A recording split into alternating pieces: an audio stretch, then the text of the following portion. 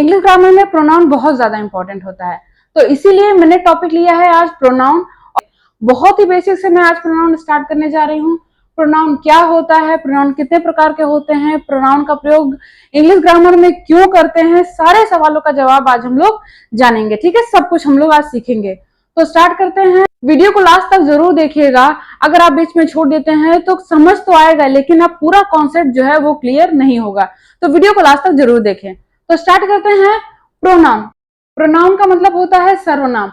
सर्वनाम का मतलब क्या होता है? सर्वनाम का मतलब होता है सबका नाम, सबका नाम, सर्वनाम। जिसकी जगह पे, जिसके भी नाम की जगह पे हम प्रोनाउन को रख सके, उसे ही तो हम लोग सर्वनाम कहते हैं। ठीक है, क्या समझ में आया? सबका नाम, जैसे किसी का भी नाम है और उसके नाम की जगह पे अगर हम कुछ रख सकते हैं, तो जो ये कुछ है वही हमारा सर्वनाम है। डेफिनेशन जान लेते हैं। A word which is used instead of noun is called a pronoun. Noun की जगह पे हमें प्रोनाउन का इस्तेमाल करना है, मतलब कि नाउन की जगह पे प्रोनाउन का इस्तेमाल होता है। ठीक है, अगर मैं पूछूं कि नाउन की जगह पे प्रोनाउन का इस्तेमाल क्यों होता है, ठीक है, तो जवाब सुनिए। अगर मैं एक स्टेटमेंट बोलूं, Reema is a good girl, Reema goes to school, Reema is a beautiful girl, Reema speaks in English, तो आपने ध्यान दिया कि कितना ऑकवर्ड लग रहा है, स्टेटमेंट क्लियर नहीं जा रहे हैं। मैं बार बार रीमा रिपीट कर रही हूँ, मैं बार बार रीमा बोल रही हूँ, तो मैं रीमा का नाम बार बार रिपीट कर रही हूँ। इसी की वजह से सेंटेंस जो है वो हमारा बहुत लेंदी हो रहा है, सुनने में अच्छा नहीं लग रहा है। तो भाषा को सरल करने के लिए ही, भाषा को आपके अकॉर्डिंग बनाने के लिए ही, भाषा को सरल बनाने के लिए ही प्रोनाउन का इस्तेमाल किया जाता है। अगर मैं इसी स्टेटमेंट्स को ऐसे बोलूं, Reema is a good girl, she goes to school, she is a beautiful girl and she speaks in English, तो देखिए ये सुनने में कितना अच्छा लग रहा है। तो जब हमने रीमा की जगह पे शी का इस्तेमाल कर लिया, तो देखिए सेंटेंसेस हमारे कितने फ्लुएंट हो गए, सुनने में कितने अच्छे लग रहे हैं। ठीक है, तो भाषा को सरल बनाने के लिए, भाषा को आसानी से बोलने के लिए ही प्रोनाउन का इस्तेमाल किया जाता है। नाउन की जगह पे प्रोनाउन का इस्तेमाल किया जाता है। ठीक है, तो ये थी हमारी डेफिनेशन। प्रोनाउन हमारे 8 प्रकार के होते हैं। There are 8 kinds of pronoun. ठीक है, जिसमें से पहला आता है हमारा पर्सनल प्रोनाउन। तो पर्सनल प्रोनाउन बहुत ज्यादा इंपॉर्टेंट होता है, तो आज हम लोग पर्सनल प्रोनाउन को ही डिफाइन करेंगे, आज पर्सनल प्रोनाउन को ही समझेंगे। पर्सनल प्रोनाउन की डेफिनेशन जल्दी से देख लेते हैं। Pronouns which are used in place of names of persons और things are known as a personal pronoun. Pronoun हमारे 3 तरीके के होते हैं, first person pronoun, second person pronoun and third person pronoun. ठीक है, फर्स्ट पर्सन प्रोनाउन में हमारा आई और वी आता है, ये बहुत ही कॉमन है, ये आपको पता होना चाहिए। आई और वी, आई मतलब मैं, वी मतलब हम। सेकंड पर्सन प्रोनाउन में आता है यू, सिर्फ you. And third person pronoun में जो हमारा बच गया, ही, शी, इट, दे। ठीक है, तो first person pronoun, second person pronoun और थर्ड पर्सन प्रोनाउन बहुत ज्यादा इंपॉर्टेंट होता है, और इसी को आज हम लोग थोड़ा सा, ये आज जो मैंने इंडेक्स लिखा है इसको आज समझने की कोशिश करते हैं। ठीक है, इट्स वेरी इंपॉर्टेंट। तो चलिए समझते हैं। फर्स्ट पर्सन प्रोनाउन में आई और वी आता है। ठीक है, आई और वी आता है। देखिए यहाँ पे लिखा है सब्जेक्टिव प्रोनाउन, आई और वी हमारा सब्जेक्टिव केस होता है। ठीक है, सब्जेक्ट के स्थान पे इस्तेमाल करते हैं हम लोग आई और वी का। और देखिए मी और अस, आई का होता है मी, वी का होता है अस, ये हमारा ऑब्जेक्टिव केस है, ऑब्जेक्टिव प्रोनाउंस है। ये सब सेंटेंस बनाते समय हम लोग बहुत ज्यादा इस्तेमाल करते हैं, इन्हीं सब का इस्तेमाल करते हैं। लेकिन अगर सेंटेंस बनाते समय अगर मैं पूछूं मी है क्या, तो आप बताएंगे कि मी जो है वो ऑब्जेक्टिव प्रोनाउन है। मी प्रोनाउन है, प्रोनाउन में क्या है, ऑब्जेक्टिव प्रोनाउन है। ठीक है, यहाँ पे देखिए पॉजेसिव प्रोनाउन, माइन, ये हमारा प्रोनाउन होता है, वो भी पॉजेसिव प्रोनाउन होता है। अभी पॉजेसिव एडजेक्टिव को छोड़ दीजिए, इसको मैं अभी आगे समझाऊंगी। ठीक है, अभी इसको छोड़ देते हैं, अभी आप यहां तक समझिए। माइन, ठीक है, ये हमारा सिंगुलर होता है, आई, मी, माई। आई हमारा सब्जेक्टिव केस हो गया, सब्जेक्टिव प्रोनाउन हो गया, मी हमारा ऑब्जेक्टिव प्रोनाउन हो गया, और माइन जो है वो हमारा पॉजेसिव प्रोनाउन हो गया। क्लियर है? आगे प्लूरल में वी, ये यहां तक जो है वो हमारा, यहां तक जो है ये हमारा फर्स्ट पर्सन प्रोनाउन है। वी जो है वो हमारा एक सब्जेक्टिव केस है, सब्जेक्टिव प्रोनाउन है। अस जो है वो हमारा ऑब्जेक्टिव प्रोनाउन है, और आवर्स जो है वो हमारा पॉजेसिव प्रोनाउन है। ठीक है, क्लियर है? आगे आते हैं।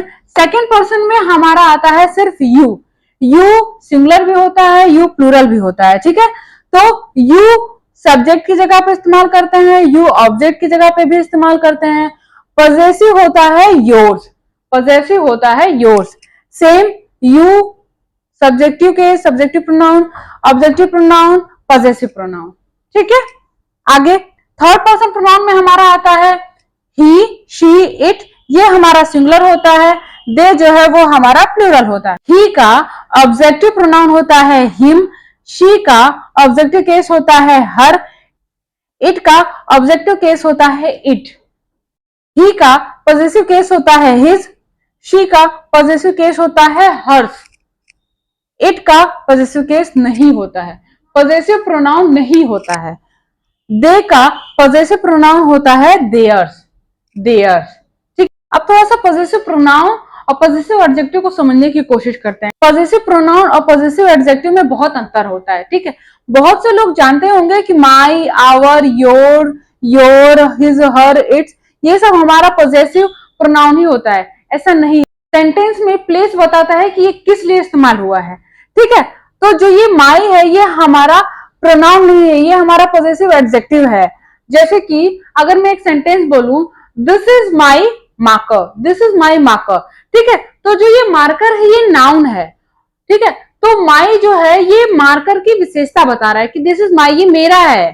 ठीक है, विशेषता बता रहा है। तो जब माई के बाद अगर नाउन आ जाता है, अगर नाउन आ जाता है, पॉजेसिव एडजेक्टिव के बाद अगर नाउन आ जाता है तो ये हमारा पॉजेसिव एडजेक्टिव हो जाएगा।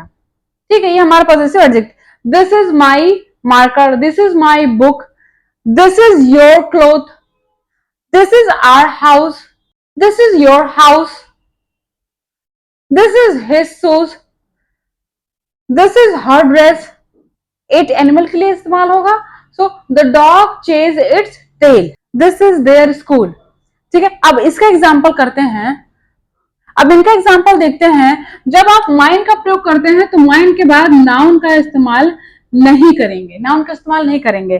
क्या बोला था मैंने, दिस इज माई मार्कर, क्या बोला था मैंने, दिस इज माई मार्कर। लेकिन अगर मुझे माइंड का प्रयोग करना, अगर मैं सेंटेंस को प्रोनाउन से बनाऊंगी तो सेंटेंस ऐसे बनेगा, this marker is mine, this marker is mine, this book is hours, this necklace is yours, this shoes is his, this shoes is his, this dress is hers, this dress is hers।